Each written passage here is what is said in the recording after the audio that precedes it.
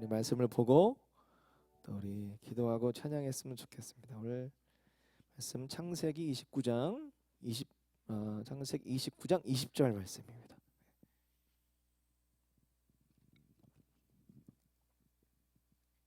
창세기 29장 20절 말씀 한 절 말씀입니다.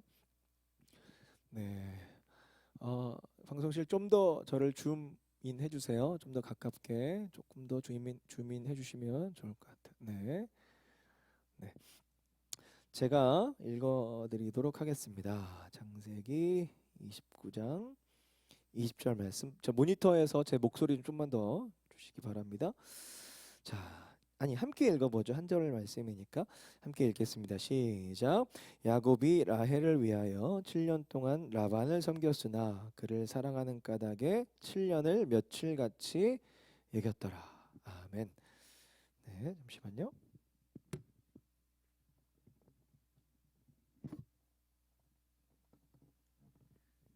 네, 말씀은 한 구절 말씀인데요. 말씀은 한 절 말씀인데 사실은 이제 29장과 30절을 걸쳐서 말씀을 좀 나눌 거기 때문에 본문이 너무 길어가지고 이제 한 절만 선택을 했습니다. 한 절만 선택을 한 건데 제가 봤을 때는 이제 창세기 29장 10절에서부터 30장 24절까지 살필 것 같습니다. 그렇게 살필 수밖에 없습니다. 이게 이야기가 이게 그 통으로 이렇게 묶음으로 가는 거기 때문에 몇 구절 말씀만 가지고는 설명이 안 됩니다. 또한 이 전체적으로 29장에 30장까지 30장 24절까지 주시는 어떤 그런 부분들이 좀 있는데요. 좀 살펴보면서 은혜를 나누도록 하겠습니다. 제 목소리 좀만 더 주세요. 모니터에서. 네, 좀만 더 모니터에서만 주시면 좋을 것 같습니다.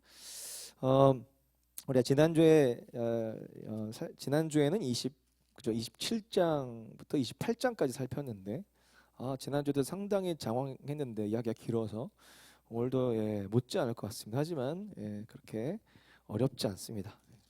금방 이해하실 수 있을 것 같습니다. 지난주에 살폈던 것처럼 에서의 손에 죽을 수도 있었던 야곱이 어머니 리브가와 이삭의 말대로 이제 친척들이 살고 있는 하란 땅으로 이제 가게 됩니다. 그 여정 가운데 하나님이 야곱을 만나 주셨고 야곱이 결단하죠. 다시 돌아오게 하시면 제가 지금까지 이곳에서 하나님이 약속하신 약속의 땅에서 하나님 예배하지 못하고 경배하지 못하는 삶, 순종하지 못하는 삶 살았는데 다시 돌아오게 하시면 온전히 하나님을 경배하는 삶을 살겠습니다. 결단하게 되고 이제 장면이 바뀌어서 이제 29장에서부터 이 하란 땅에서의 그 삼촌 라반과 함께 지내면서 일어나는 일들이 이제 이번 주 이제 다음 주까지 살펴봐야 되는데 29장, 30장, 31장, 31장까지 29장에서부터 31장까지 진행이 되게 됩니다. 미리 말씀드리면 29장, 30장, 31장까지의 기간은 한 20년 정도, 20년 정도의 기간 가운데 일어났던 일 가운데 중요한 내용들만 이렇게 선택을 해서 성경 기자가 기록을 해놓은 거죠. 그랬을 때 이제 우리가 잘 아는 것처럼 29장에서 이제 장면이 바뀌게 되고 이제 비로소 야곱이 하나님 땅 가운데 도착하게 되고 한 우물가 가운데 이제 가게 되죠. 그래서 외삼촌 라반의 둘째 아들, 둘째 딸 라헬을 먼저 만나게 되고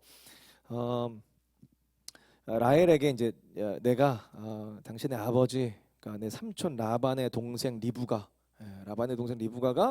야곱의 엄마거든요. 에서의 어머니기도 하고 리브가의 아들임을 밝히게 되고 그리고 막 울어요. 막 울면서 이렇게 왜냐면 고생을 많이 했기 때문에 야곱이 하면서 이제 이 부분에 대해서 라헬이 조카가 왔습니다.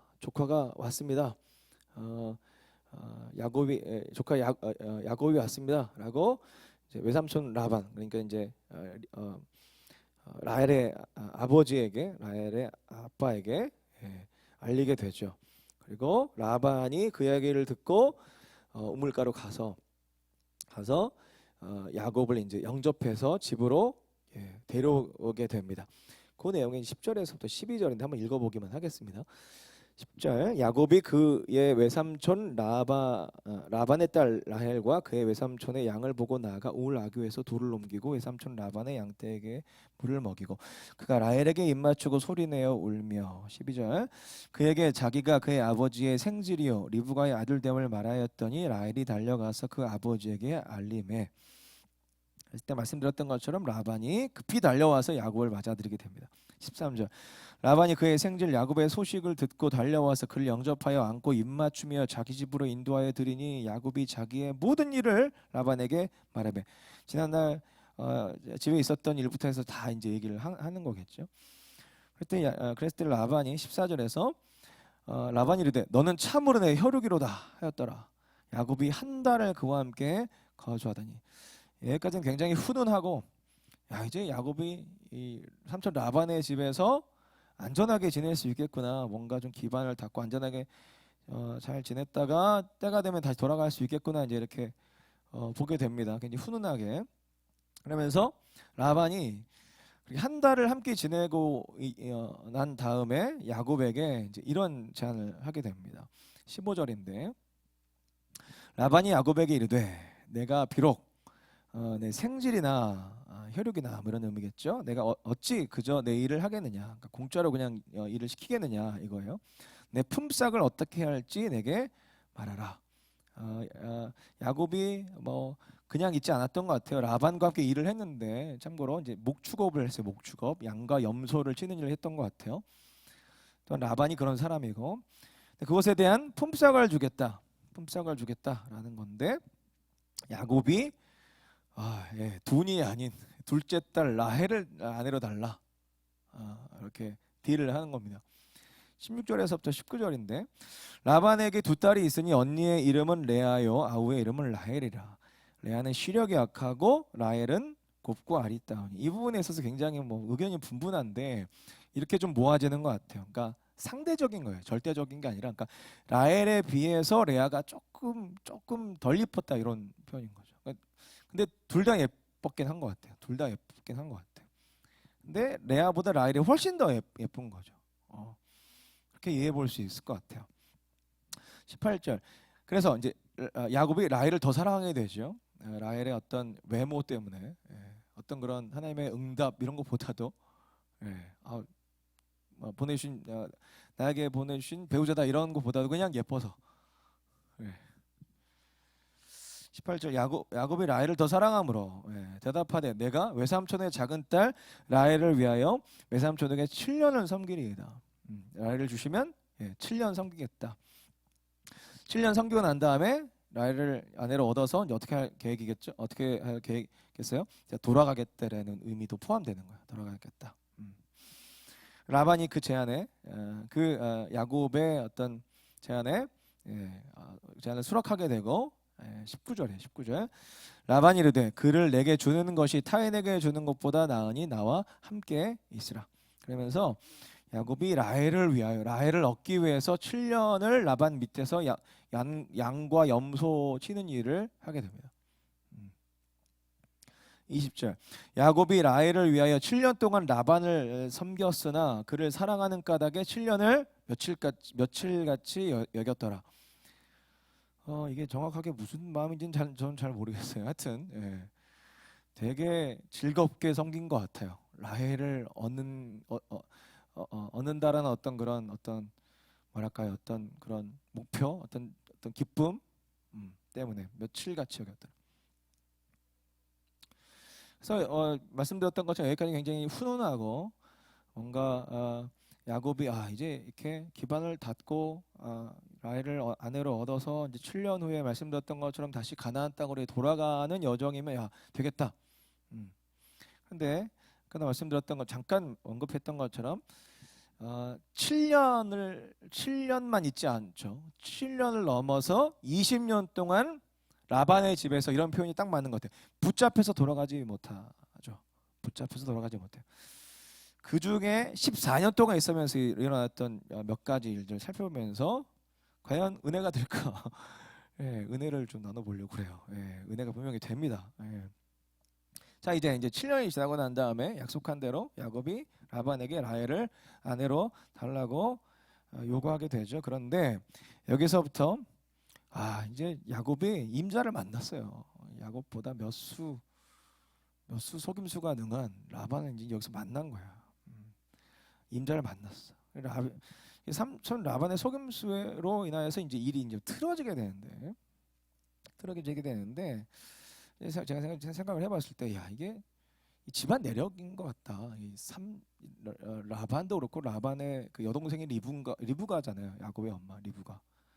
뭔가 속이는데 뭔가 도 같은 집안인 것 같다. 라는 생각을 좀 하게 됐어요. 자, 21절부터 좀 계속 보면 7년이 지나서 이제 야곱이 이제 이렇게 요구하게 되죠. 야곱이 라반에게 이르되 내 기한이 찼으니 내 아내를 내게 주소서 내가 그에게 들어가겠나이다. 이때 야곱의 나이가 참고로만 알고 계세요. 84세입니다. 84세인데 야곱이 147세까지 살았다고 그랬죠. 그랬을 때 지금으로 좀 환산해 보면 50대 초중반 좀 늦가게 장가를 가는 상황인 거예요. 사실은 지금으로 나이를 환산하면 지금 나이를 환산하면 50대 초중반이라 할 수 있는데, 하여튼 이제 라반이 약속대로 사람들 모아서 이제 결혼 잔치를 열게 되는데 22절 라반이 그 사람들 다 모아 잔치하고, 그런데 23절이에요. 우리 잘 아는 것처럼 23절에서 라반이 누굴 들여보내죠? 레아를 들여보내죠. 첫째 언니를 들여보내요. 이게 뭐 말이 안 되는 일인 거죠. 23절 저녁에 그의 딸 레아를 야곱에게로 데려가매 야곱이 그에게로 들어가니라.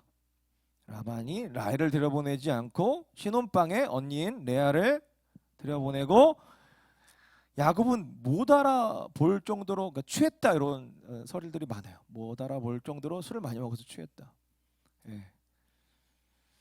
하여튼 24절 라반이 또 그의 여종 실바를 그의 딸 레아에게 시녀로 주었더라. 시녀까지 주게 되고, 그러면서 25절에서 비로소 야곱이 아침에 깨어보니 레아인 것을 확인하게 됩니다. 25절 야곱이 아침에 보니 레아라 라반에게 이르되 외삼촌이 어찌하여 내게 이같이 행하셨나이까? 내가 라헬을 위하여 외삼촌을 섬기지 아니하였나이까? 외삼촌이 나를 속이심이 어찌 됨이니까? 제가 이렇게 그냥 뭐 감정 없이 읽어서 그렇지 얼마나 놀랬겠어요. 그래서 외삼촌에게 왜 속였냐고, 왜 이런 식으로 했냐고 막 하소연하는 그런 상황이에요. 그런데 뭐죠? 이미 레아와 하룻밤을 보내버렸어. 일은 벌어져 버렸어. 그래서 어떤 상황이에요? 레아를 아내로 받아야 되는 상황이에요. 이런 상황이 벌어져 버렸어요. 라반 때문에. 그런데 라반이 한다는 말이 26절입니다. 이런 말을 해요. 같이 읽어보시죠. 시작. 라반이 이르되 언니보다 아우를 먼저 주는 것이 우리 지방에서 하지 아니하는 바라. 뭐 이런 말이에요, 뭐예요? 먼저 미안하다고 그래야지. 미안하다 그래야 될 거 아니야. 근데 우리 동네에선 동생을 먼저 시집 보내는 일이 없어. 어쩌란 말이에요? 레아랑 하룻밤 잤으니까 첫날 보내니까 먼저 받아들여. 아내로 받아들여. 여러분 사랑하지 않는데 살 수 있어요. 사실 사랑하지 않는데 살 수 없죠. 야곱이 사랑하는 사람은 라헬인데 어떻게 살라는 얘기예요. 또한 레아도 자기를 사랑하지 않는 남편과 어떻게 살 수 있겠어요.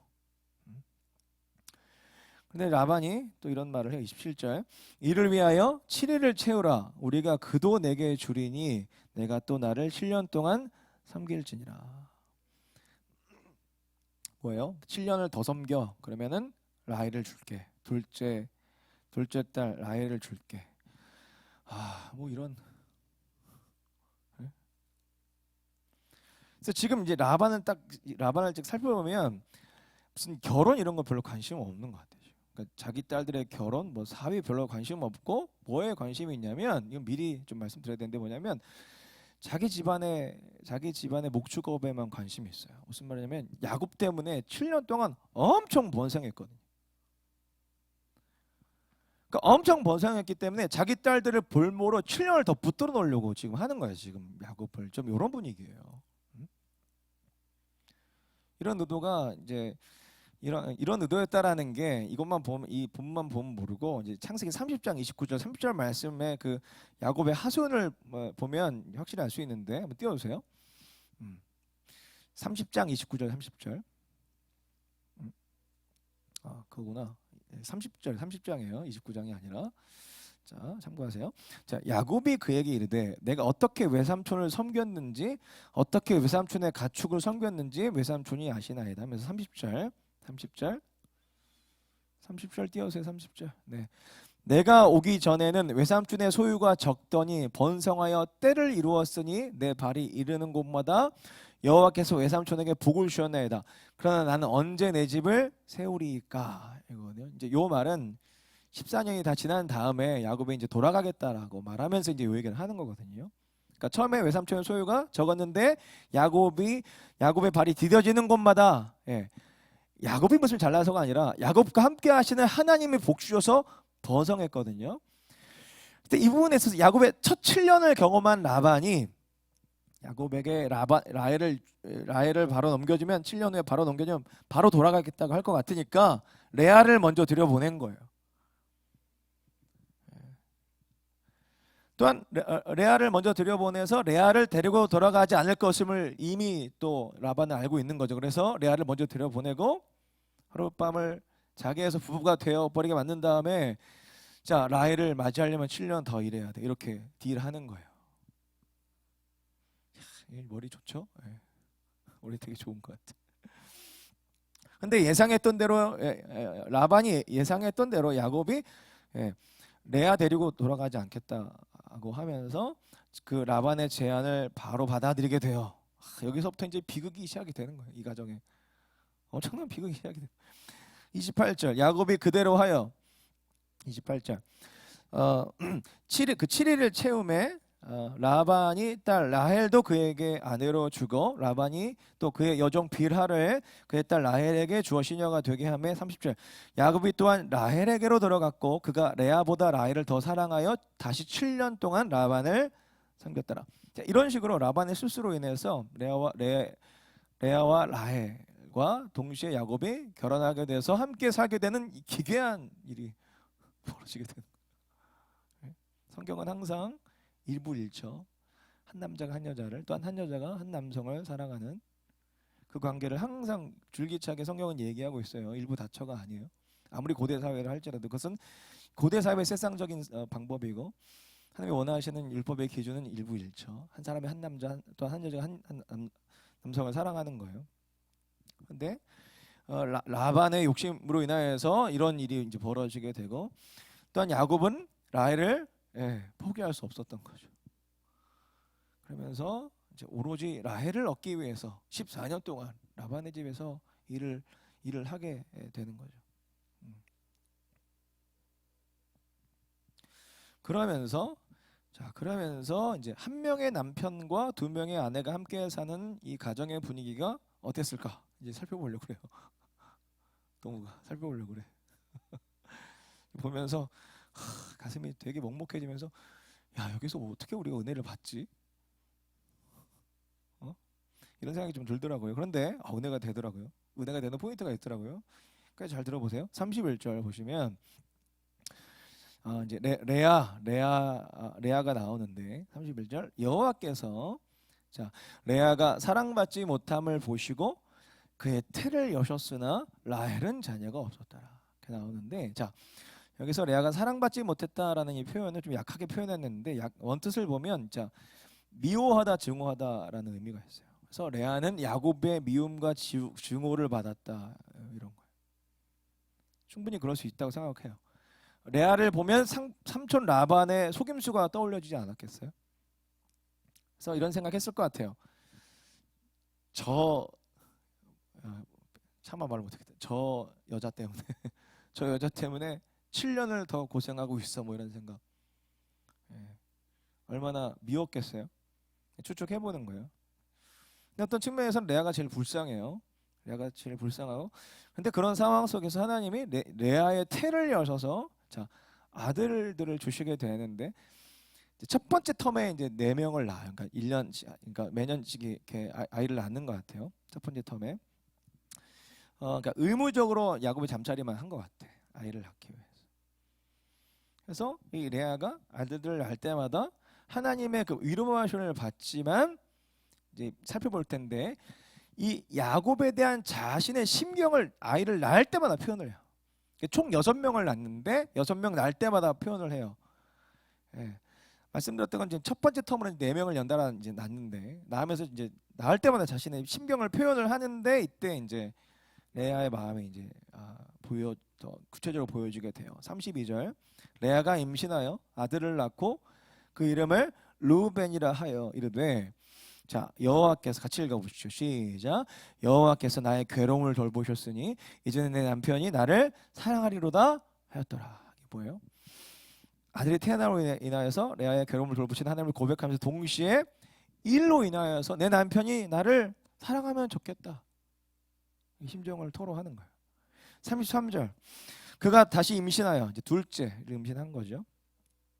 아들을 낳고 이르되 여호와께서 내가 사랑받지 못함을 들으셨으므로 내게 이 아들도 주셨도다 하고 그의 이름을 시몬이라 했으며 자 첫째 아들을 낳고 남편이 나를 사랑해줬으면 좋겠다 또한 사랑할 것이다 얘기했지만 둘째 아들 낳을 때까지 사랑받지 못한 거예요. 남편의 사랑을 여전히 받지 못하고 있음을 토로하면서 하나님이 이 내 심경을 들어주셨다. 그래서 아들을 주셨다. 34절 그가 또 임신하여 아들을 낳고 이르되 내가 그에게 새 아들을 낳았으니 내 남편이 지금부터 나와 연합하리로다 하고 그 이름을 레위라. 자 둘째까지 낳고 살았지만 여전히 자기를 거부하는 야곱. 하지만 셋째 아들 레위 때문에 자기와 야곱이 연합하게 될 것이다 라는 소원을 담는 심경을 토로하는 거예요. 남일이라고 그렇게 듣고 있는 것이요. 여러분들이 생각을 해봐봐. 그래서 미리 얘기하면 오로지 레아는 야곱의 사랑. 그냥 야곱 하고 있는 거예요 지금.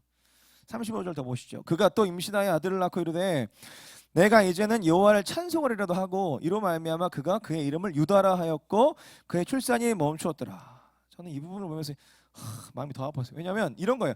남편에 대한 소망을 내려놨어요. 그래서 하나님만 바라보는 거예요 지금. 하나님만 바라보는 이런 느낌이에요. 남편은 이제 더 이상 소망이 없어. 날 위로하시는 분은 하나님밖에 안 계셔. 하나님만 찬양하겠다 이거예요.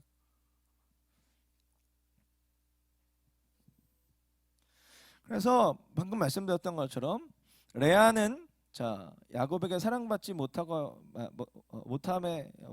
것에 있어서 못하는 것에서 계속 남편 야곱 하면서 계속 자기 심정을 이렇게 토로하는 거예요. 그리고 야곱의 사랑받는 거에 온통 사랑받지 못하는 자로서의 마음 가운데 야곱에게 온통 신경이 다 가 있는 사랑받는 것에 엄청 집중되어 있는. 그런데 이제 이런 상황에서 심지어 이제 30장으로 넘어갔을 때 30장에서 이 야곱의 아내들로 묶여 있는 이 레아와 라헬이 서로 참 이런 경쟁을 해요. 아이 낳기 배틀을 붙어요. 아이 낳기 경쟁을 해. 이제 이 가운데서 이제 라헬의 심경도 살펴주게 되는데 라헬의 심경 30장으로 넘어갈게요. 30장 1절. 30장 1절. 자, 라헬이 자기가 야곱에게서 아들을 낳지 못함을 보고 그의 언니를 시기하여 야곱에게 이르되 내게 자식을 낳게 하라. 그렇지 않으면 내가 죽게노라. 레아와 반대로 전혀 아이를 낳지 못하고 있는 상황이에요. 그래서 라헬이 야곱을 붙들고 협박하는 거야. 아이를 낳게 해라. 안 하면 나 죽어버릴 거야. 자, 2절 야곱이 뭐라고 그래요? 야곱이 라헬에게 썽을 내요. 화를 내면서 이르되 그대를 임신하지 못하게 하시는 이는 하나님이시니 내가 하나님을 대신하겠느냐. 라헬의 마음이 또한 읽혀지죠. 또한 야곱은 하나님이 막으시는데 어떻게 할 수 있겠어. 그래서 라헬이 찾는 방법이 뭐냐면 시녀 빌하를 야곱에게 들여보내서 아이를 낳게 되는 거예요. 아이를 낳게 하는 거예요. 3절에서부터 5절. 라헬이 이르되 내 여종 빌하에게로 들어가라. 그가 아들을 낳아 내 무릎에 두리니 그러면 나도 그런 말미암아 자식을 얻겠노라 하고 그의 시녀 빌하를 남편에게 아내로 주매 야곱이 그에게로 들어갔더니 빌하가 임신하여 야곱에게 아들을 낳은지라. 그러면서 이 빌하를 통해서 아들이 태어날 때 라헬도 자기 신병을 드러내요. 6절. 라헬이 이르되 같이 읽어보시죠. 시작. 하나님이 내 억울함을 푸시려고 내 호소를 들으사 내게 아들을 주셨다 하고 이로 말미암아 그의 이름을 단이라 하였으며. 아이를 못 낳는 자의 호소와 억울함. 하나님이 풀어주셨다. 짐작하시겠지만 라헬은 오직 아들에게만 집중되어 있어요. 못 나니까. 아들을 못 낳고 있으니까. 근데 라헬이 이제 비라를 통해서 둘째 이제 아이를 낳으려고 하는데 쓸데없이 또 라헬을 도발해요. 이제 아이를 낳고 이제 심경을 고백하면서 라헬을 도발하는 어떤 발언을 해요. 7절 8절. 라헬의 시녀 비라가 다시 임신하여 둘째 아들을 야곱에게 낳음에 8절. 같이 읽어보십시오. 시작. 라헬이 이르되 내가 언니와 크게 경쟁하여 이겼다 하고 그의 이름을 납달리라 하였더라. 자기가 언니를 이겼다. 이기긴 뭘 이겨? 이기긴 뭘 이겨요. 근데 그냥 쓸데없이 도발하는 거예요. 네? 언니가 아들 열심히 낳으니까 시기심에. 근데 이 부분에 있어서 레아도 발끈한 것 같아. 이제 레아도 자기 시녀가 있을 거 아니야? 야곱에게 들여보내서 아들을 낳게 돼요. 자, 9절에서부터 13절인데 읽어볼게요. 제가 레아가 자기의 출산이 멈춤을 보고 그의 시녀 실바를 데려다가 야곱에게 주어 아내로 삼게 하였더니 레아의 시녀 실바가 야곱에게서 아들을 낳음에 레아가 이르되 복되도다 하고 그 이름을 가시라 하였으며 레아의 시녀 실바가 둘째 아들을 야곱에게 낳음에 13절 레아가 이르되 기쁘도다 모든 딸들이 나를 기쁜 자라 하리로다 하고 그의 이름을 아스리라 하더라. 제가 이렇게 뭐 읽으면서 이제 들으시면서 느끼셨겠지만 레아는 라헬의 도발에 별로 신경 안 써요. 별로 신경 안 써. 그러니까 비라를 통해서 태어난 첫째 아들 자체로 그냥 복되도다 축복하고 둘째 아들 태어났을 때는 모든 여자들이 나를 기쁜 자라고 할 것이다라고 하면서 이 아이 때문에 기쁘다 그냥라고 하면서 그냥 별로 신경 안 써요. 가진 자의 여유 뭐 이런 거 가진 자의 여유. 아들을 넷이나 가진 자의 여유. 그러면서 은근히 여종들 통해서 똑같이 라헬처럼 아이를 낳으면서 라헬을 이제 눌러버리는 거죠. 눌러버리는. 그러면서 이제 이어지는 또 사건이 또 있는데 다 읽어보지는 않고 이제 설명만 드리면 14절에서 21절까지 이제 어떤 또 사건이 나오는데 레아의 첫째 아들 4살짜리 르우벤이 들에 갔다가 합한채라는 걸 갖고 와요. 합한채가 이제 열매. 푸르스름한 열매라 그래요. 임신을 촉진시켜주는 열매를 레아에게 가지고 오면서 이제 일어나는 사건이 또 하나 일어나는데 이걸 보고 라헬이 언니한테 조금 달라 그래요. 15절인데 한번 읽어볼게요. 15절. 창세기 30장 15절. 레아가 그에게 이르되 네가 내 남편을 빼앗은 것이 작은 일이냐? 그런데 네가 내 아들의 합한 채도 빼앗고자 하느냐? 이 한마디가 사실 레아가 여전히 남편에 대한 서운함 그리고 자기에게 올 사랑을 빼앗아 버린 라헬에 대한 앙금이 여전히 있음을 보여주는 거예요. 그런데 레아가 라헬에게 선심 쓰듯이 이렇게 말합니다. 30장 15절 마저 읽어볼게요. 라헬이 이르되 그러면 언니의 아들의 합한채 대신에 오늘 밤에 내 남편이 언니와 동침하리라 하니라. 선심 쓰듯이 그래 그러면은 열매 나한테 주고 내가 대신에 야곱과 동침하게 해줄게. 근데 또 그 제안을 레아가 받아들이고 얼른 남편에게 들어가요. 얼마나 남편에 대한 마음이 사랑이 고팠으면 들어가요. 그러면서 또 아이를 낳고 또 자기 신명을 토로하는데 18절 레아가 이르되 내가 내 시녀를 내 남편에게 주었으므로 아이를 임신하고 이제 또 아이를 낳게 된 거거든요. 그러면서 이제 이름을 지으면서 또 이제 얘기를 하는 거예요. 레아가 이르되 내가 내 시녀를 내 남편에게 주었으므로 하나님이 내게 그 값을 주었다. 그러니까 그것에 대한 보상을 나한테 허락하셔서 남편으로 하여금 남편과 함께 동침하게 해서 아들 낳게 하셨다. 이런 거예요. 자 19절 20절 또 여섯째 이제 레아에게 여섯째 아들이 이제 임신하게 되는데 그러면서 또 이런 표현을 해요. 레아가 다시 임신하여 여섯째 아들을 야곱에게 낳은지라 레아가 이르되 하나님이 내게 후한 선물을 주시도다 하면서 내가 남편에게 6 아들을 낳았으니 같이 읽어보시죠. 시작. 이제는 그가 나와 함께 살리라 하고 그럼 지금까지 계속 같이 안 살았다는 거예요. 계속 열망함, 자기의 갈급함, 자기의 심경을 자 그가 나와 함께 살리라 하고 그 이름을 스불론이라 하였으며. 자 이제 장면이 또 넘어가서 마지막으로 이제 라헬이 드디어 이제 임신하게 돼요. 하나님이 라헬을 돌아보시고 임신하게 되는데 또 라헬이 이제 임신해서 아이를 낳게 되면서 또 심경을 토로하는데 이때 이제 비로소 요셉이 태어나요. 표현하는데 라헬의 심경이 이렇게 표현이 됩니다. 22절에서부터 24절인데 거의 다 왔어요. 30장 22절에서부터 24절. 하나님이 라헬을 생각하신지라 하나님이 그의 손을 들으시고 그의 태를 여셨으므로 그가 임신하여 아들을 낳고 이르되 하나님이 내 부끄러움을 씻었다 하고. 자, 24절이 중요한데 같이 읽어보시죠. 시작. 그 이름을 요셉이라 하니 여호와는 다시 다른 아들을 내게 더하시기를 원하노라 하더라. 뭐예요? 아들 더 주셔야 되겠다. 아들 더 주셔야 되는데 아들을 내게 더하시기를 원하노라. 요셉 낳는데 그 다음 더 낳아야 돼. 그래서 뭐예요? 라헬은 아들 못 낳는 거에만 집중되어 있어요. 그래서 오늘 이 본문들을 이렇게 간단히 정리해 보면 이런 거예요. 라반의 그 속임수, 그 계획과 그 계획 안에서 묶여버린 야곱과 레아와 라헬이 14년 동안 어떤 마음의 방향성으로 살았는지를 이렇게 보여주는 거예요. 야곱은 언제나 라헬밖에 없었어요.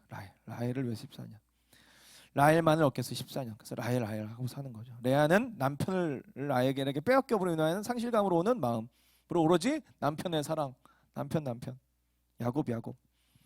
라헬은 남편은 가졌지만 언니와는 반대로 아이를 낳지 못하니까, 그죠? 그것에서 오는 상실감 때문에 아들 하고 이러고 사는 거예요. 막판에 요셉을 낳았지만 더 낳아야 된다고 고백하고 있는 거죠. 그랬을 때 이들의 이 마음의 방향성 가운데 뭐 이미 다 살펴보시고 계시겠지만은 하나님에 대해서 하나님에게서는 어떤 선한 뜻과 어떤 하나님의 마음, 그것을 품는 어떤 모습도 보이지 않아요. 하나님의 섭리, 왜 이런 상황들을 허락하셨을까라는 것에 대한 어떤 고민도 없고 그것을 이해하는 행동도 안 보여요.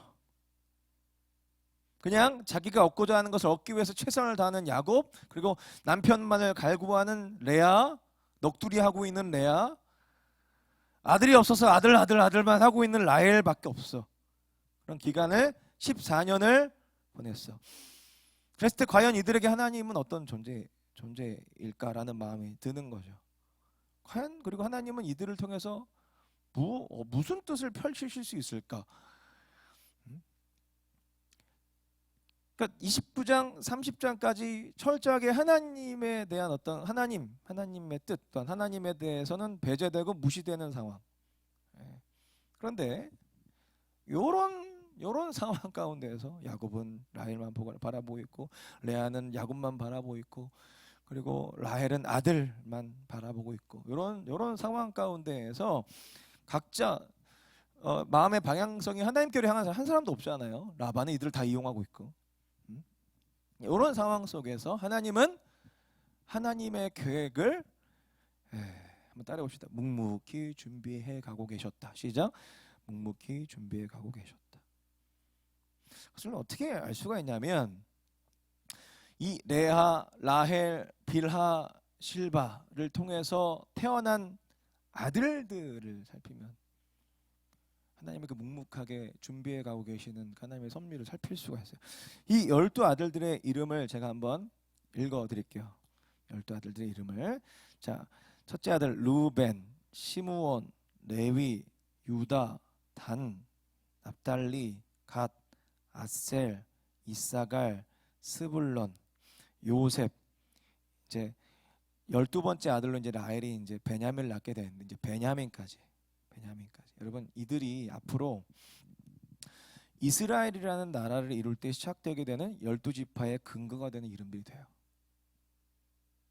무슨 말인지 아시겠어요? 네? 이런 데서 막 놀래야 되는데. 네? 그럼 이들은 전혀 그런 마음이 없어요. 근데 하나님은 자 12지파를 이제 준비하시기 시작하는 거예요. 묵묵히. 이들은 무슨 12지파가 뭔지, 하나님 나라가 뭔지 아무 관심도 없어요. 그냥 자기에게 처해져 있는 상황 가운데 그냥 충실할 뿐이에요. 근데 하나님은 이들 안에 자 12아들들을 통해서 12지파를 세울까, 이스라엘이라는 하나님의 나라를 세울 그 근간을 준비하시기 시작하는 거예요.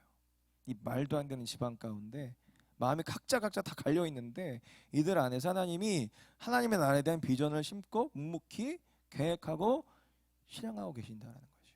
상황이. 이름들을 보니까 이게 확 드러나는 거예요.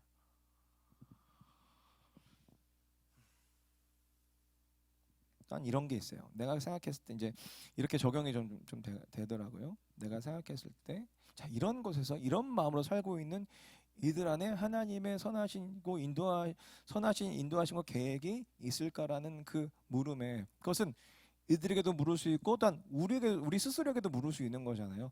나 같은 사람에게 이런 상황에서, 이런 가정에서 이렇게 스펙도 없고 아무것도 없고 마음이 다 갈려있는 이 공동체 안에서 하나님의 선하신 인도하심과 계획을 세우시고 끌어가실 수 있을까?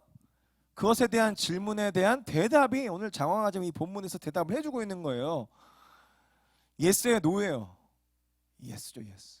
아멘이십니까? 예스예요, 예스. 그 대답을 해주고 있는 거예요. 왜죠? 그 계획이 자, 누구에게 있기 때문에? 하나님에게 있기 때문에. 하나님에게 있기 때문에. 그 선하시고 완전하신 그 계획이 나에게 있지 않고, 우리가 그렇게 생각하잖아요. 내가 계획 세워서 계획해서 하는 거죠.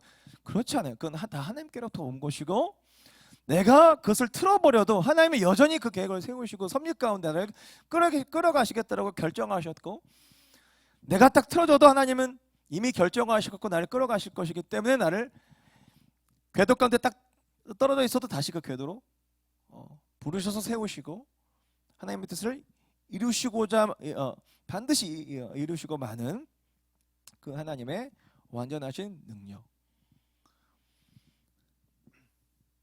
그렇기 때문에 자 29장 30절에서의 이들의 이 사실 가정적으로 봤을 때는 소소한 문제들이 아니잖아요, 그죠? 가정적으로 한 게 이게 도대체 무슨 상황이 너무 기괴하고, 한 남자 가운데 두 여자가 함께 있는 것도 말이 안 되는 거고. 레아도 사실은 그죠? 왜 아버지 말 들어가지고 그걸로 들어가고, 야곱은 또 랴반의 제안을 받아들여서 라헬을 또 아내로 받아들이는 건 또 뭐고? 그러는 가운데 각자 자기 마음, 자기가 처한 그런 상황 가운데서만 그냥 충실하고 있는 그들, 자기 마음의 어려움에만 그냥 충실하게 그냥 반응하고 있는 그들 가운데 하나님은 묵묵히 12 아들들을 지파로 세워가실 준비를 하고 계시는 거죠. 근데 그 모든 계획을 실현하실 하나님의 전능하심과 완전하심, 나에게 있지 않고 하나님께 있기 때문에 이게 가능하다. 가능하다. 우리에게 그럼에도 불구하고 하나님 하실 수 있겠어요? 할 수 있다. 예스라는 메시지를 이 본문을 통해서 우리에게 주시는 거죠. 하나님이 계획하시고 시작하신 뜻이기 때문에 하나님의 때에 하나님의 방법으로, 상황은 완전히 그냥 시궁창 같지만 하나님이 하시면, 하나님의 계획하시면 하나님이 이루신다. 일단 그런 가운데서 하나님이 계획하고 계신다. 언약 백성으로 부른 사람들은 누구든 하나님의 뜻 안에서 하나님의 계획 가운데 그 섭리를 반드시 하나님의 때에 풀어내실 것이다. 그 메시지를 위해서 오늘 본문이 존재하는 것이다. 제가 이 이야기들 보면서 이제 저의 어떤 지난날 10대 때 20대 때가 이렇게 떠올려지더라고요. 몇 번 한두 번 정도 이렇게 나눴던 기억이 있어요. 떠올려지면서 얘기를 좀 나누면 좋겠다.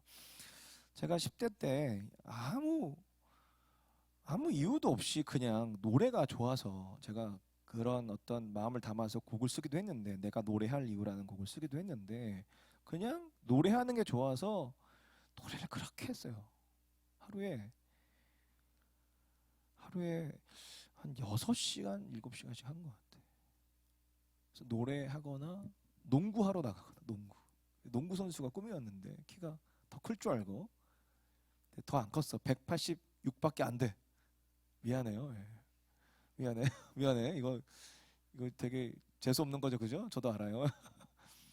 한 192m까지 커야 되는데 그래야지 농구 선수 좀 하는데 186.7은 좀 애매한 키인 거다.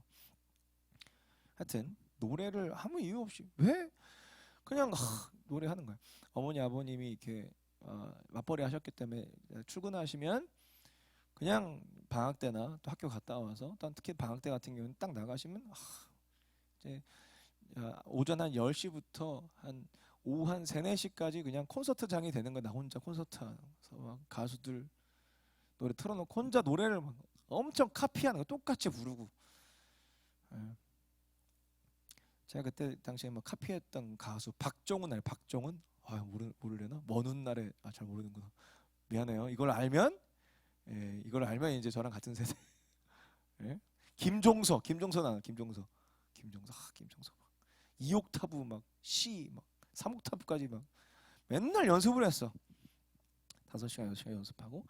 그리고 노래 연습하는 거 아니면은 밖에 나가서 농구를 막 또 전 한번 이렇게 꽂히면 막 그냥 엄청나게 하더라고요. 그래서 농구 한 번씩 하면 막 오전 10시에 나가서 막 밤 한 7, 8시까지 막 농구하고 막. 그리고 이제 결국은 이제 체대 입시 준비를 했어. 체대 입시를 준비하는데, 체대 입시 준비할 때 운동을 진짜 많이 하거든요. 운동하셨던 분들은 혹시 뭐 계시는가 모르겠는데 운동 선수만큼 해요. 정말 운동 많이 해요. 그러니까 뭐 한 2시간 정도 막 운동하고 딱 한다는 말이 기본 운동 끝나. 기본 운동 끝났대. 이제 본격적 운동하재. 2시간 동안 막 윗몸 일으키기 막 1000개씩 하고 막 그냥 이런 식으로 하는데, 그렇게 운동을 정말 많이 했어요. 술 담배 절대 안 하고. 체력이 얼마나 좋겠어. 체력 지금도 저 되게 좋거든요. 근데 그때 당시 체력이 정말 좋았어요. 예? 그리고 그 체력으로 또 노래하고 이유를 몰랐어. 그리고 자, 노래할 때마다 그냥 이 답답한 내 마음이 뻥 뚫렸어. 뻥 뚫리고. 그리고 농구할 때마다 나 무슨 농구 선수도 아닌데 그러니까 시합을 뛸 거 아니에요. 시합을 딱 뛰면 혼자 평균 막 이렇게 오늘 평균 득점 몇 개, 평균 리바운드 몇 개, 이렇게 혼자 막 하면서 여기저기 막 배틀 붙고 당겼어. 막 한강에서 농구하고 막 저기 서울대에서 하고 막 국민대에서 하고 막 홍대, 대전까지 내려가서 배제대 학교에서 농구하고 막 그랬어. 그러면서 막 도장 깨기처럼 막 농구하러 다니고 막.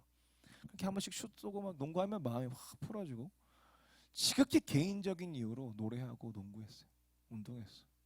와, 근데 사역하면서 내가 하나님 만나고 사역을 하면서 와, 하나님이 그때부터 준비시켰구나, 이게 깨달아지는 거예요. 뭐냐면, 그러니까 가뜩이나 이렇게 좀 그 음악적인 은사를 받아가지고 노래를 꽤 했어요. 근데 그때 연습했던 거 가지고 저는 24살, 25살에 부르심 받아서 한 번도 노래 연습을 해본 적이 없어. 그때 연습한 거 가지고 계속 지금 하는 거야. 아무 이유 없이 연습했는데. 그리고 저는 글쎄요, 이제 지금 40대 중반에 돼가지고 우리 20대 친구들 멤버들 있는데, 여러분들 제가 한 5년 전까지만 해도 체력이 저희 팀에 제일 좋았거든요. 지금도 제일 좋을 것 같아요. 저는 자신 있어요. 예. 체력이 지금도 되게 괜찮아요. 이 체력이 언제적 체력이었겠어요. 체대 입시 준비하면서. 그때 당시에 제가 체대 입시 준비하면서, 그때 당시에 체대 입시 준비한 사람 다 그랬어요. 1000m를 몇 분에 끊어내냐면 3분 플랫에 끊어요. 놀라지도 않네. 3분 플랫이면 엄청난 거야.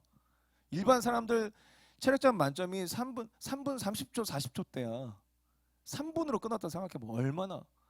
지금도 체력이 남아있어요. 그때 체력으로 계속 사역을 하는, 지치지를 않아. 지금도 이렇게 이제 내일 이제 부산에 사역이 있는데 운전하고 갈 거거든요. 보통 저는 이렇게 부산이든 어디든 내려갔다 운전하고 가서 2시간 반 집회하고 운전하고 올라오고 그다음 바로 사역 나고 막 그랬어. 지금도 그렇게 체력이 나쁘지 않아. 그러니까 지극히 개인적인 이유로 내 허한 가슴을 채우기 위해서 노래했고, 내 허한 가슴을 채우기 위해서 농구하고 운동했는데, 하나님 그거를 지금 24살 5살부터 쓰셔서 지금까지 쓰고 계시는 거예요. 하나님 그때부터 준비시킨 거예요. 저는 그때 하나님을 뜨겁게 고백하지 못했거든요. 내 감정 따라. 그리고 잘 보이고 싶어서 형제들에게 자매들에게 잘 보이고 싶어서 노래하고 막 농구하고 막 그랬는데, 하나님이 그때부터 준비를 시키셔서 24살부터 사용하셔서 지금 46인데 20년을 쓰고 계세요.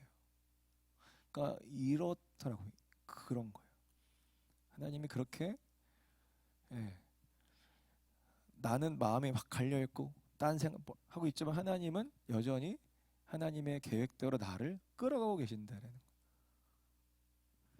어떻게 보면 되게 소소한 나눔을 했는데 말씀 한 구절이 또 생각이 났어요. 이 말씀 보고 좀 마무리하고 정리했으면 좋겠는데 에베소서 1장 3절에서부터 6절인데요. 잠깐만 읽어드릴게요. 찬송하리로다 하나님 곧 우리 주 예수 그리스도의 아버지께서 그리스도 안에서 하늘에 속한 모든 신령한 복을 우리에게 주시되 곧 창세전에 그리스도 안에서 우리를 택하사 우리로 사랑 안에서 그 앞에 거룩하고 흠이 없게 하시려고 그 기쁘신 뜻대로 우리를 예정하사 예수 그리스도로 말미암아 자기 아들들이 되게 하셨으니 이는 그가 사랑하시는 자 안에서 우리에게 거저 주시는 바 그의 은혜의 영광을 찬송하게 하려는 것이니라. 뭐예요? 자, 4절 다시 한번 보시면 곧 창세전에 그리스도 안에서 우리를 택하사 우리 택하심이 창세전이래요. 그래서 우리 이걸 이렇게 표현하죠. 영원부터 영원까지 가운데 있는 하나님의 택하심. 하나님 택하심이 그냥 택하시고 아무 생각 없이 택하셔만 놓고 그냥 이렇게 있으시면서 때가 되어서 이렇게 아니죠. 이미 그 택하심 가운데 우리를 향한 하나님의 계획이 있는 거죠. 독특한 캐릭터로 우리를 창조하시고 만들어 놓으셔서 세상에 보내셔서 이렇게 이 아들을 이 딸을 나라의 영광을 위하여 써야 되겠다. 딱 꼭 쓰임 받기만을 위한 그런 것을 뛰어넘어서 더 깊이 들어가서 하나님과 깊이 교제하며 하나님의 뜻을 자기의 삶 가운데 풀어내므로 말미암아 기쁨의 삶, 감사의 삶, 풍성한 삶을 살게 해야 되겠다. 그래서 뭐죠? 모든 계획이 나에게 있지 않고 날 향한 하나님의 계획이 나에게 있지 않고 하나님께 있음으로 말미암아 이게 가능한 거예요. 이게 가능한 거예요. 나에게 있으면, 나에게 주도권이 있으면, 그죠? 신실하게 인도함을 받을 수가 없어요. 신실하게 하나님이 날 끌어가실 수도 없고, 일단 왜 그렇죠? 하나님은 신실하지만 내가 신실하지 않기 때문에. 그래서 나에게 결정권이 있고 내가 그것에 대한 어떤 소유권이 있고 그러면 하나님 신실한데 내가 신실하지 않고 그러면 금방 일이 틀어져 버리는 거죠. 하나님 뜻이 절대 이루어질 수가 없어요. 이루어져야 내 안에 평안함이 오는 거예요. 이루어져야 내 안에 기쁨이 있는 거거든요. 그 모든 것들이 하나님께로부터 온다니까. 생명도 하나님께로 나에게 오는 거지만 하나님의 모든 계획, 날 향한 계획도 하나님께로부터 오는 거예요. 걱정하지 마요. 방황할 수 있어. 걱정하지 마. 하나님의 시간표는 멈추지 않아. 그런 되게 우스갯소리로 그런 얘기 하잖아요. 거꾸로 국방부시계는 어떻게 또 돌아간다? 있잖아. 그 우스갯소리 하는 게 있잖아요. 넘어져도 국방부시계는 돌아간다. 군대 제대할 날은 반드시 온다. 이런 표현이 있잖아요. 그보다 더 깊게 하나님의 섭리를 우리 고백할 수 있죠. 내가 아무리 연약하고 아무리 야곱처럼 레아처럼 라헬처럼 생각이 다 사분오열되어 있어도 하나님의 계획은 반드시 하나님 때에 하나님의 방법대로 반드시 이루어질 수밖에 없어요. 걸려들었어 이제. 뻔히 생각하지 마. 뻘짓하지 마. 정신 바짝 차리고 또한 바짝 차리지 않아도 괜찮아. 하나님 여러분들 다 붙들고 계세요. 그래서 제가 우리 영상에 계신 분들도 제가 가끔씩 이런 말씀 드려서 알고 계시겠지만은 저희 멤버들을 간섭을 안 해. 왜냐면 하나님께 다 맡겼거든. 나보다 하나님이 더 잘하시거든. 하나님이 더 무섭거든. 하나님이 더 완전하시거든. 그래서 제가 그런 얘기 하겠던 것 같은데 또한 예배 때 했나 모르겠네. 예배 열심히 드리라고. 예배 열심히 안 드리면 목사 된다고. 그런 얘기 했었죠. 예. 방송실도 주목하고 있죠. 예. 예배 거기서 열심히 드려야 돼. 열심히 안 드리면 목사 되는 거예요. 목사. 예. 그만큼 하나님이 온전히 붙들어 놓고 계셔서 반드시 예배자로 세우실 것이다. 함께 찬양했으면 좋겠는데요. 내 모습 이대로라는 찬양이 좀 생각이 나더라고요. 이 찬양하면서 오늘도 시간이 조금 오버됐는데 좀 찬양하고 또 짧게 좀 기도하고 마무리하도록 하죠.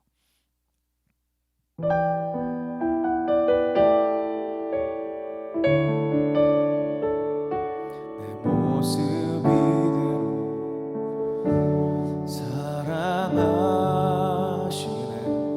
연약함 그대로 사랑하시네.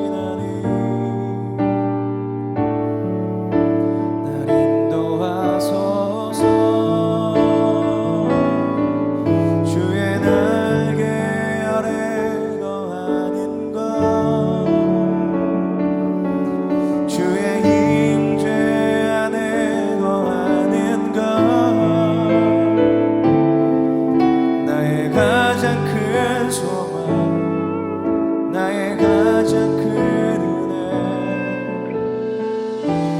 주와 함께 동행하며